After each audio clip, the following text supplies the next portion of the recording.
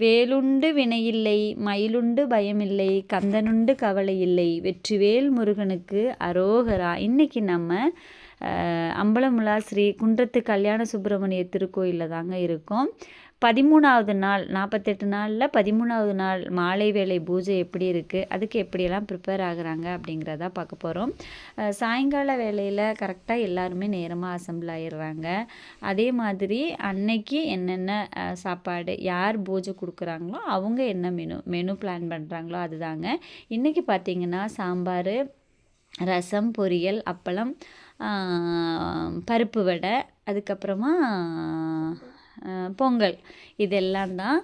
சாயங்காலம் பார்த்திங்கன்னா சாமிக்கு பால் அபிஷேகத்துலேருந்து ஆரம்பித்து எல்லா பூஜைகளுமே ஒன் பை ஒன்னாக நடக்குது. அதுக்கு ஆரம்பிக்கிறது நேரத்தில் ஆரம்பிச்சிடுறாங்க.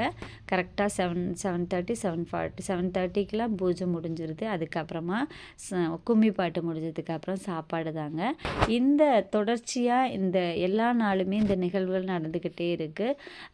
சாமிக்கு நெய்வேத்தியம் பண்ணுறதுக்கு சூப்பராக பார்த்திங்கன்னா சக்கரை பொங்கலும் ரெடி ஆயிடுச்சு.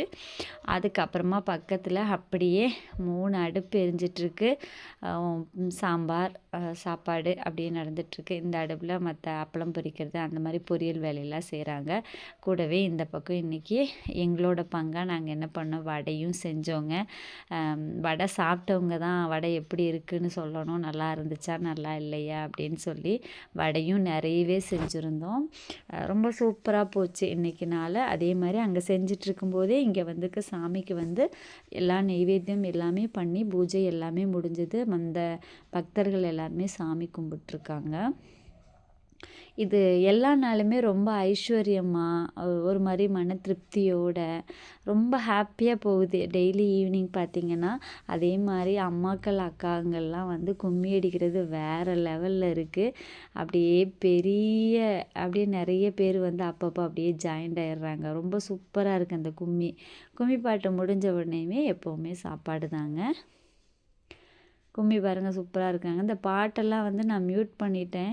நல்லா பாட்டு போட்டு வீடியோ போடணுன்னு ஆசையாக இருக்குது. ஆனால் போட்ட உடனே காப்பிரைட் வந்துடுது. அது ரொம்ப கவலையாக இருக்குது.